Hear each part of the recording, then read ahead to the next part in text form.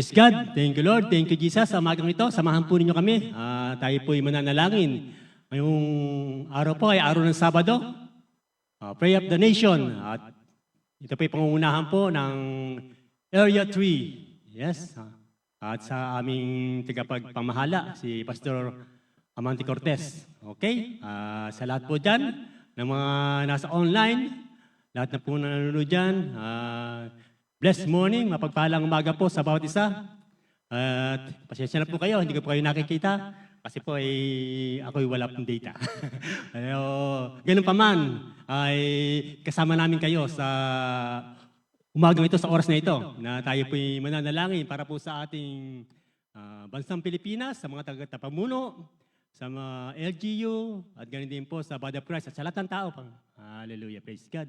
Yun po, at salamat sa bawat isa na kasama ko rito na talaga pong napakasipag na bagamat kami kulang sa bilang narito ay patuloy na talagang masgasig na gumagawa ng sa kaharian ng Diyos. Kaya salamat sa mga aking mga kasama, si Tek na si Brother Helsie na napakasipag. At ganun din po si Sister Mercy, si Sister Lynn, at aming pastor at inyong lingkod. At yung mga wala pa, habol na lang po kayo sa gawain ito. Kaya po, bago po tayo magsimula, tayo po yung manalangin. Praise God. Thank you, Lord. Thank you, Jesus. Hallelujah.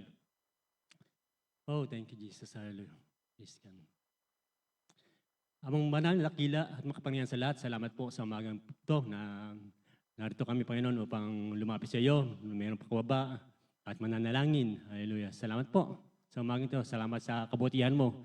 Salamat sa katatapatan mo, Panginoon. Salamat sa kalakasan na pinagkaloob mo na talaga pong bagamat malamig ang umaga, ay talaga pong narito kami upang lumapit sa iyo at dudulog sa aming mga panalangin. Kaya sana po, Panginoon, sa umagang ito, katapuin mo po ang aming mga ipapanalangin sa aming presidente, ang tagapamahala, ang aming bansa, ang Body of Christ, at sa lahat po, Panginoon, ang bayan mo Israel. Hallelujah, in Jesus' name. Hallelujah. Kaya po, revival na talaga pong yung pag-iinit po ng bawat isa, mga churches, hallelujah, ay talaga pong naroon yung alab na paglilingkod sa iyo. Kaya po salamat po sa umagang ito. Tunay nga po napakabuti ninyo. Salamat sa bagong umaga, bagong pag-asa na pagkaloob mo sa bawat isa. Purihin ka, O Diyos, dakilain ka, pasalamatan ka. Ito po ang dalangin sa pangalan ng Ama, na Anak, ng Espiritu Santo, pangalan ng Jesus. Amen. Thank you, Lord. Thank you, Jesus. Hallelujah. Palakpakan po natin, Panginoon. Amen. Woo! Sarap. Manalangin dito na talaga pong napakalamig, napakatahimik. Ayun, hallelujah. Kung nakita ninyo yung ang lugaring ito ay talagang grabe. Yun po, at tayo'y dadako. Siyempre, papuri sa Diyos. Tayo magpupuri sa Diyos. Hallelujah. Praise God. Hallelujah. Dapat sa papurihan, pasalamatan dahil sa mga babuti at katapatan niyang ginagawa sa ating buhay. Kaya po, tayo po'y magpupuri sa Diyos. Amen. Hallelujah. Praise God. Hallelujah, hallelujah, hallelujah, hallelujah, hallelujah, hallelujah. Sabay-sabay! Hallelujah, hallelujah, hallelujah, hallelujah, hallelujah,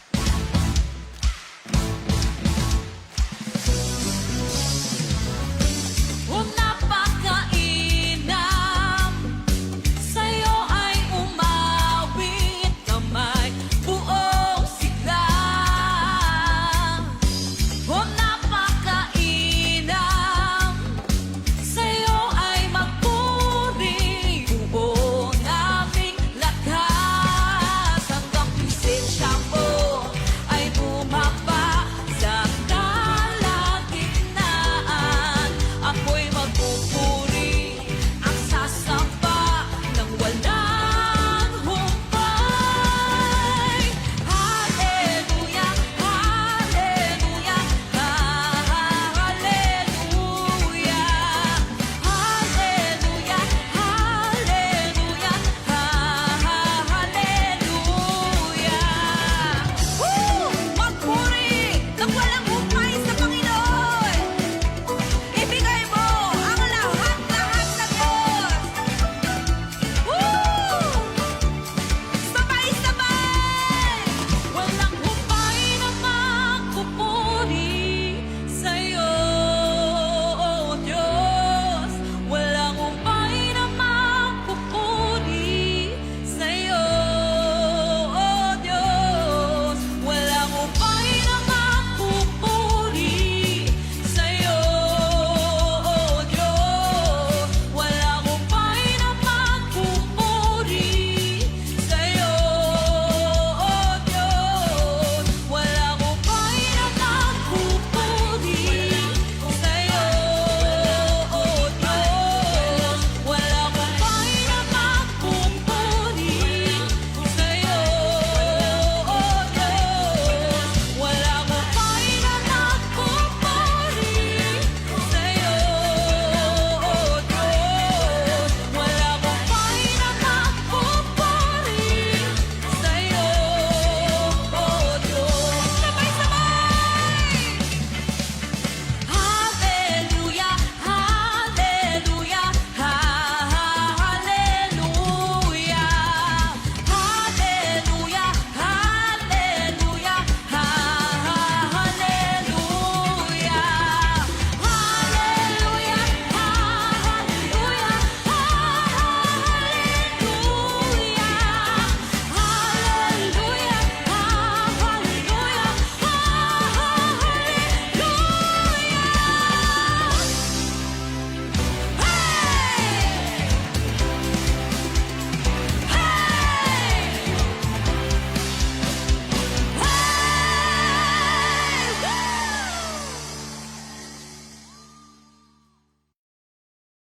Tapat kailan may mananalig sa pag-ibig mong walang hanggan. Panginoong Jesus, dakila ka at tapat kailan may mananalig sa pag-ibig mong walang hanggan.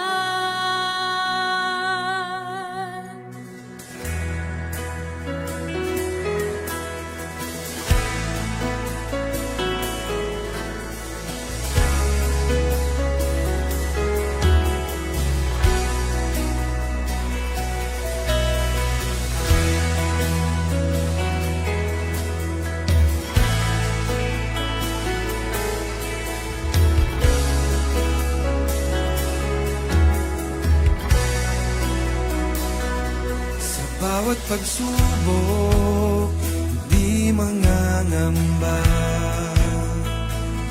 Anumang panganib ay di alintana.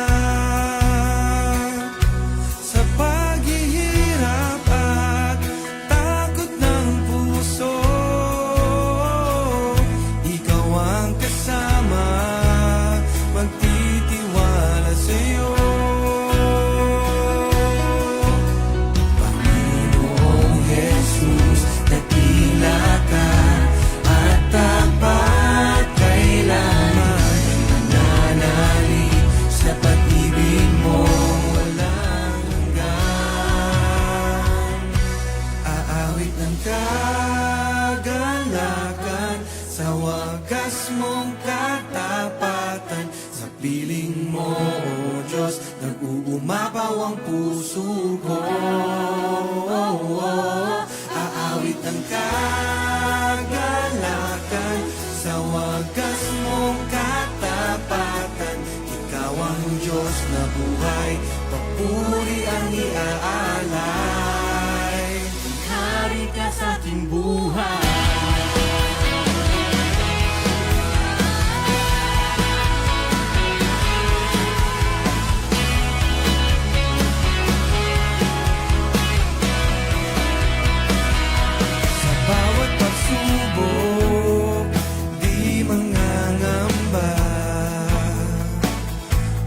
mang panganib, di alintana. Sa paghihirap at takot ng puso, ikaw ang kasama, magtitiwala sa'yo.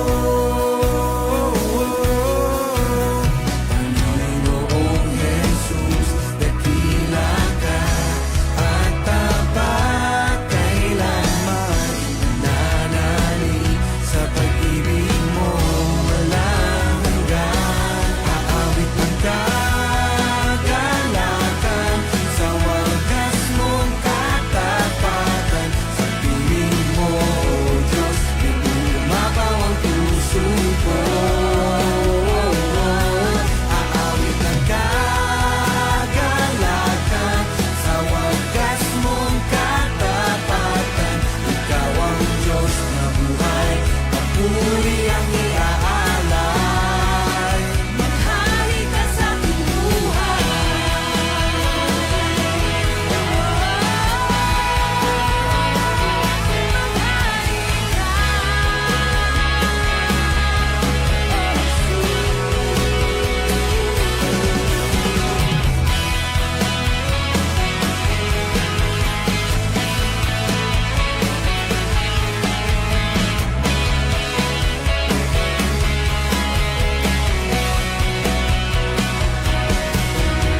Panginoong Jesus, dakila ka at tapat, kailanman nananalig sa pag-ibig mo walang hanggan.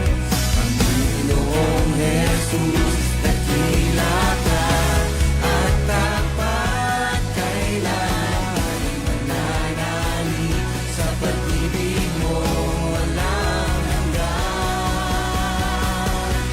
Aawit ng kagalakan sa wagas mong katapatan. Sa piling mo, O Diyos, nag-uumapaw ang puso ko. Aawit ng kagalakan sa wagas mong katapatan. Ikaw ang Diyos na buhay, papuri ang iaalay. Aawit ng kagalakan sa wagas mong katapatan. Sa piling mo, O Diyos, nag-uumapaw ang puso ko. Aawit ng kagalakan sa wagas mong katapatan. Ikaw ang Diyos na buhay, papuri ang iaalay. Maghari ka sa aking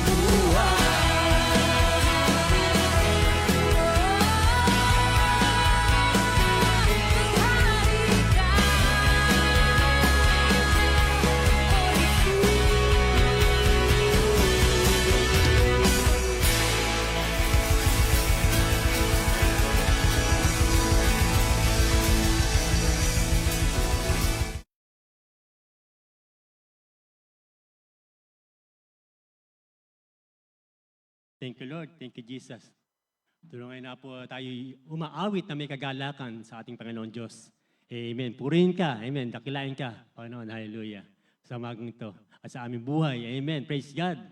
Yun, tayo po'y tuloy-tuloy na. At kung tayo po'y merong nais o prayer request, you can text po sa inbox po natin at atin po ipanalangin po mamaya. Praise God. Hallelujah. Yun po, at salamat. Salamat sa bawat isa muli. At sa lahat ng nanonood dyan, hello po. Mapagpalang umaga po. Na may mapagpalang inyong umaga sa umagang ito na tayo po'y nanalangin at lapit sa ating Diyos. Amen. Praise God. Yun po, at tayo po'y dadako na po sa ating sa puso ng ating gawain at walang iba. Ang salita po ng Diyos na ipagkakalaw po sa atin ng ating kapatid na Sister Lynn Manson. Talapakan po natin si Panginoon, si Lynn Manson. Amen. Praise God, sister. Amen. Hallelujah. Thank you, Lord. Thank you, Jesus. Good morning po sa bawat isa, maging mga nasa FB Live. Magandang umaga po. Mabuti po ang Panginoon sa ating buhay. Kaya sa umaga pong ito, napakasarap na tayo po ay umpisahan natin yung pagpupuri, pagpapasalamat sa ating Panginoon sapagkat dito po nagmumula sa umaga pa lamang yung ating maghapon ay talaga nandun po yung kasiglahan. Kapag inumpisahan po natin sa umaga pa lamang yung ating pagpupuri at pagpapasalamat sa ating Panginoon. At bago po ako magbasa ng aking talata, tayo po muna ay manalangin. Amang Diyos, amang banal, sa umaga pong ito, nagpapasalamat po ako, Panginoon, sapagkat minsan pa, Panginoon, magagamit mo ang aking buhay. Lord, ikaw po ang mataas at maparangalan sa aking buhay.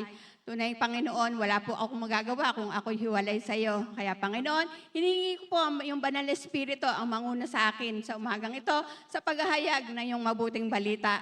Tunay nga po, Panginoon, ikaw po ang magsasalita, Panginoon. Gamitin mo lamang ang aking labi sa umagang ito. At dalangin ko po na yung mga salitang ito ay mai-deliver ko po ng maayos at ayon sa kalooban mo, Panginoon. Salamat po. Sa iyo po ang pinakamataas at papuri at pasasalamat sa tanging pangalan ng aming Panginoon sa Kristo. Amen. Yan, magandang umaga pong muli. Yung ating pong talata sa umagang ito ay mababasa po natin sa 1 Corinthians 16:13-14. Sabi po rito, maging handa kayo at magpakatatag sa inyong pananampalataya. Maging matapang kayo at magpakatibay, at ang lahat ng ginagawa ninyo'y gawin ninyo ng may pagmamahal. Amen. Sapagkat ngayon po ay buwan ng pag-ibig, pero ang Lord po, laging may pag-ibig sa atin, may pagmamahal. Ano po? Kaya tayo po, ang nais po ng Panginoon ay kaligtasan ng bawat isa. Kaya sabi po, kukuhanin ko po doon sa aking binasa yung aking mga ibabahagi sa umagang ito. Sabi po sa una, maging handa. Ano-ano po ba ang ating pinaghahandaan sa ating buhay? Napakahalaga po, yun nga po sinabi ko sa umaga pa lang, paghandaan na po natin yung ating maghapon. Kailangan po, tiyakin natin, kasama natin ang ating Panginoon. Sa maghapon po natin paggawa, sa lahat po ng ating ginagawa, talaga pong yung pagsunod sa ating Panginoon. Kailangan po, palaging nandun yung pagsunod natin sa ating Panginoon at yung ating pamumuhay, ayon po sa kalooban ng Panginoon po. Kasi kapag po yung ating pamumuhay, ayon sa kalooban ng Panginoon, makakaasa po tayo na yung mga pagpapala ay kasunod na po yun. Sabi nga, hindi tayo yung hahabol sa pagpapala, tayo po yung hahabulin ng pagpapala. Kapag nandun po yung buong puso natin pagsunod sa ating Panginoon. No po? At sa pangalawa po, magpakatatag. Sa bawat araw, humihingi tayo ng katatagan sa ating Panginoon. No po? Inaamin natin, hindi natin kaya sa sarili natin yung pagharap natin sa mga pagsubok sa buhay. Pero kapag naroon po yung paghingi natin ng katatagan sa Panginoon, makakaasa po tayo. Nariyan po ang Panginoon. Hindi po tayo iniiwan, hindi po tayo pinababayaan. Madalas, tayo po yung nangiiwan sa Panginoon. No po? Kaya, ang Lord po nandyan lang. Sa panalangin po natin, mararanasan po natin yung presensya ng Panginoon. Nangungusap po ang Lord sa bawat panalangin natin. Ano po? Na talagang habang tayo nananalangin, dumadating po sa ating isipan yung pangungusap ng Panginoon. Kaya napakasarap po na sa umaga, unahin natin ang Panginoon. Nariyan ang Panginoon, palagi nangungusap sa bawat isa sa atin. At sa pangatlo po, maging matapang. Maging matapang ka na ihayag ang kabutihan ng Panginoon sa iyong buhay. No po? Ako po, yung hindi man po ako ganun magsabi, pero sabi ko, Lord, makita ka sa buhay ko, mahayag ka, makita ng mga kapwa ko na iba, yung pinapanampalataya ng kung Diyos na buhay, na talagang ibang kumilos sa buhay ko. Ano po? Ipagsabi natin, makita sa buhay natin, sa bawat araw ng ating pamumuhay, sana po, hindi po tayong pag may nakakakita lang, mas po yung nakakakita sa atin ng ating Panginoon. Sa lahat po ng ating ginagawa, nariyan po ang Lord. Ano po? Sa bawat araw ng ating buhay, kasama natin ang Panginoon. Ano po? Kaya, salamat po sa Panginoon sapagkat siya'y buhay at makapangyarihan. Susunod po, magpakatibay. Kapatid, magpakatibay po tayo sa ating pananampalataya. Ano po? Huwag po tayo yung minsan a-attend, minsan hindi. Ano po? Diyan po tayo nasusubok minsan, pag may problema na, pag may problema po, mas lalo tayong magpakalapit sa Panginoon. Lalo na po, kapag wala tayong problema, ano po, ang mahirap po minsan na ipagpapalit natin sa ibang bagay ang ating Panginoon. Minsan, yung linggo, na ipagpapalit pa natin sa mga outing, ano po. Kailangan, unahin po natin ang ating Panginoon sa ating buhay at kailangan po, babad tayo sa salita ng Panginoon para po tayo hindi matalo ng kaaway. Ayun, sabi po, kailangan palagi tayong handang sumunod sa ating Panginoon. Ang lahat po ng ating ginagawa ay gawin natin ng may pagmamahal sa ating kapwa. Ayun po, yung ating daw pong ginagawa sa ating kapwa, ginagawa po natin ito sa ating Panginoon. Yung pong ating binibigyan, hindi man po siya makapagbalik sa atin, ang Panginoon po ang bahalang magbalik. Ano po, doon po natin talagang makikita na habang tayo nagbibigay sa ating kapwa, binabalik ng ating Panginoon. No po, mas sobra pa yung ibinabalik niya. Ayun po. Sabi po, sapagkat ang lahat ng ating ginagawa para sa Panginoon ay hindi nawawala ng kabuluhan. Opo, totoo po ito. Ang lahat po ng ating ginagawa para sa Panginoon, hindi po ito nawawala ng kabuluhan. Sabi po, sa araw-araw po nating pagharap sa ating buhay, may mga pagsubok tayong pinagdadaanan o pagdadaanan pa. Pero sa kabila po ng mga pagsubok, binibigyan tayo ng katatagan ng ating Panginoon. Amen. Katatagan na talagang nagmumula sa ating Panginoon. No po, kapag tayo po ay nasa Panginoon, hindi na po tayo yung pag-iisip po natin nagiging maayos. Yung ating mga desisyon sa buhay, talaga pong nariyon yung kaayusan po. Sapagkat ang ating pong Diyos ay Diyos ng kaayusan. Amen. May tapang tayong harapin ang bawat araw sa ating buhay dahil alam na natin na hindi tayo nag-iisa. Kasama natin ang Diyos. Kasama natin ang ating Panginoon. Maging matibay ang ating pananampalataya. Huwag nating hayaan na malayo tayo sa Panginoon. Minsan hindi natin pag-attend, nagiging dahilan po ito ng talagang hindi na maka-attend. Ano po? Kailangan po, wag po nating hayaan na hindi tayo makasamba o maka-attend sa mga gawain ng ating Panginoon. Ang kailangan po, palagi tayong babad sa presensya ng Panginoon. Babad sa kanyang salita, palaging nasa gawain ng Panginoon. At susunod, inuuna ang Panginoon kaysa ibang mga bagay. Yun po. Masarap po talaga na inuuna natin ang Panginoon kaysa sa ibang mga bagay. Sapagkat talagang naroon po na yung pagising mo pa lamang sa umaga, hinihingi mo na yung pangunguna ng Banal na Espiritu sa iyong buhay. Talaga pong naroon yung maayos, matagumpay na maghapon mo. Ano po? Humarap ka man sa mga pagsubok, hindi po ganun kabigat, ganun kaintindi sapagkat ang Panginoon po ang talagang tumutugon sa ating mga suliranin. Sa ating buhay, patuloy tayong binabago ng ating Panginoon. Nawa, sa buhay po ng bawat isa, makita ang kalwalhatian ng ating Panginoon. Amen po. Sa pagpatuloy po natin sa ating Panginoon, ay patuloy po tayong binabago, inaayos, na talagang maging yung ating sambahayan sa lahat po ng ating desisyon. Naroon po yung pag-aayos ng ating Panginoon. Kaya sa ating pong buhay, magpatuloy po tayo at tunay na ang Panginoon ay hindi po tayo iiwan, hindi po tayo pababayaan. Amen po. At yun lamang po at magandang umaga po sa bawat isa. Yun po yung ating talata sa 1 Corinthians 16:13-14. Maging handa kayo at magpakatatag sa inyong pananampalataya. Maging matapang kayo at magpakatibay. At ang lahat ng ginagawa ninyo, gawin ninyo ng may pagmamahal. Amen? Mahal po tayong lahat ng Panginoon. Amen? Kaya gusto na maligtas ang bawat isa. Kaya magandang umaga po at purihin po ang Panginoon sa ating buhay. Amen.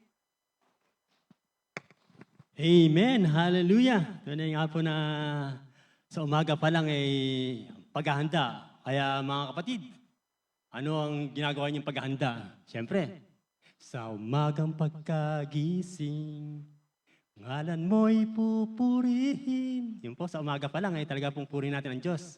Ay salamat sa kanyang paggising sa atin, nabigyan tayo ng bagong umaga, bagong pag-asa. Yun, dahil sa ating buhay. Hallelujah. Thank you, Lord. Thank you, Jesus. Yun po, talagang, ano yun? Yung binigay niya. Yung magpakatag, magpakatibay, magpakatapang. Amen. Kaya natin ay nasa atin yun. Na makita sa atin na ating pinamumuhay ang salita ng Diyos. Hallelujah. Thank you, Lord. Thank you, Jesus. Yun po, ulit. Muli, kung kayo may mga prayer request, i-text lang po ninyo. Yun, lobot na po ako.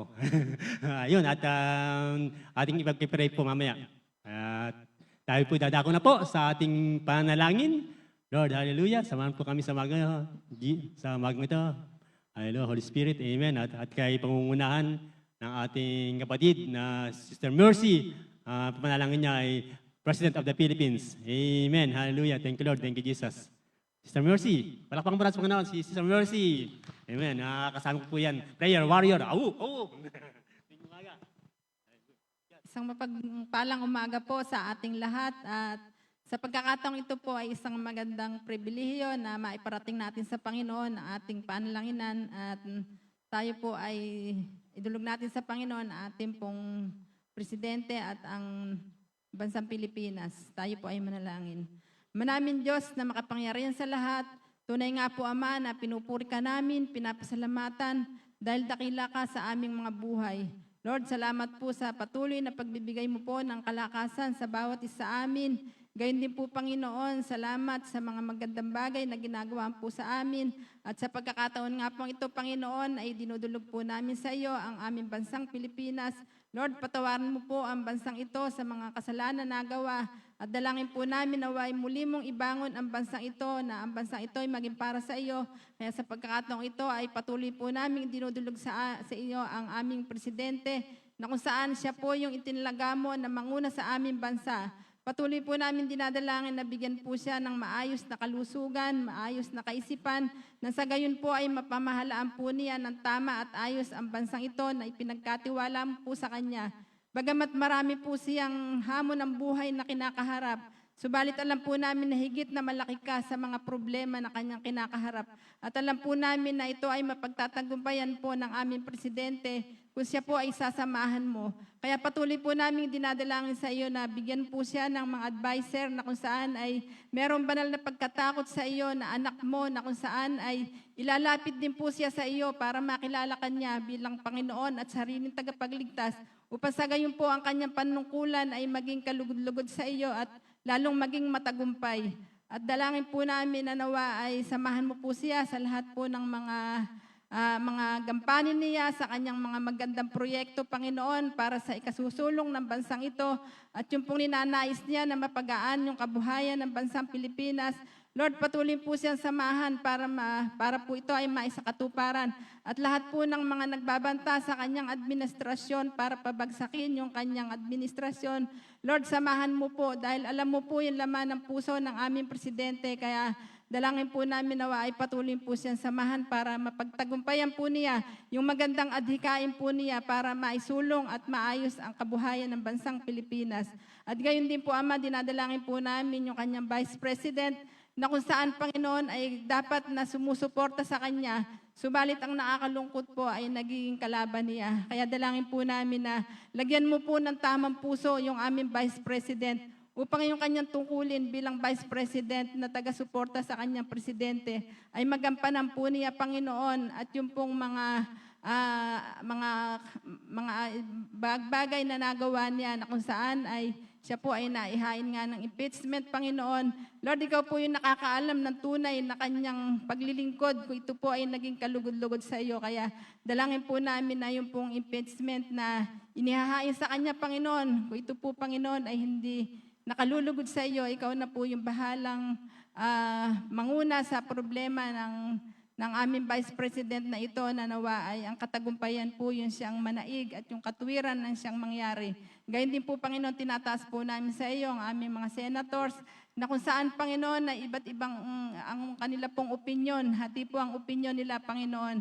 Dakilang Diyos, ang tanging dalangin po namin nawa ay pangunahan mo po ang aming mga senators maging malawak po yung kanilang kaisipan, malawak yung pangunawa po nila sa mga bagay na problema ng aming bansang Pilipinas.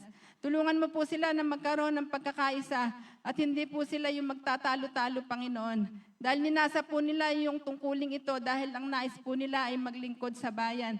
At hindi po yung sila magpapalabas, kaya dalangin po namin na lagyan mo po sila ng puso, ng tamang paglilingkod. Magkaroon po sila ng pag-ibig at pagmamalasakit sa bansang Pilipinas, na kung saan ang mga bagay na ikabubuti ng bansang ito yung kanilang maging solusyon, Panginoon, at hindi po sila magtatalo-talo.